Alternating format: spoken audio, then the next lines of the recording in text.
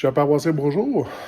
En ce troisième dimanche du carême, cette semaine, pardon, je suis à Sacré-Cœur de Jésus et je vais vous parler de Marguerite Duville, mère Duville, qui est comme ma préférée.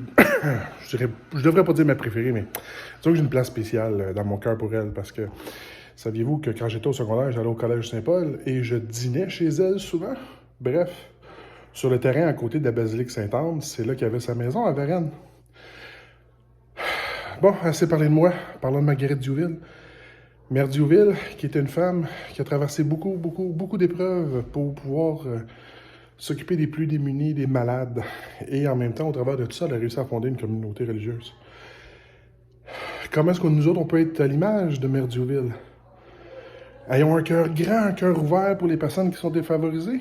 Ayons un cœur disponible et disposé pour qu'on puisse prendre le temps d'écouter ceux qui sont dans le besoin comme elle l'a fait.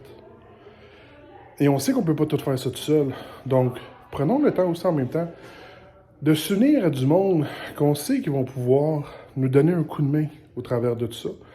Et qui vont pouvoir, eux aussi, prendre le temps d'écouter, d'être à l'écoute des gens, d'être ouvert pour les gens, d'être présent pour les gens. Comme Mère Duville a fait. Comme Mère Duville l'est encore, parce que pour beaucoup de gens, Mère Duville est encore présente dans leur cœur, dans leur vie.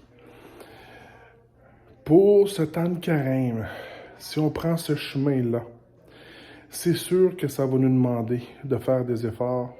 Mais ces efforts-là, si on ne met rien comme attente, c'est là qu'on va pouvoir se donner à fond et que les résultats vont pouvoir avoir lieu.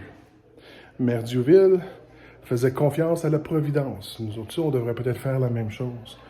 Que si on veut vraiment aider les gens, si on veut vraiment être à l'écoute, le Seigneur va nous fournir tout ce qu'on a de besoin. Tout ce qui est nécessaire.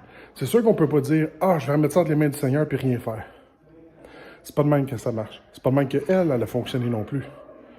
On remet ça entre les mains du Seigneur, mais on a notre partie, nous autres aussi, à faire au travers de tout ça.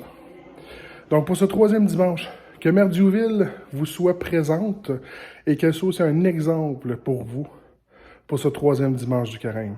Sur ce, au plaisir de vous revoir.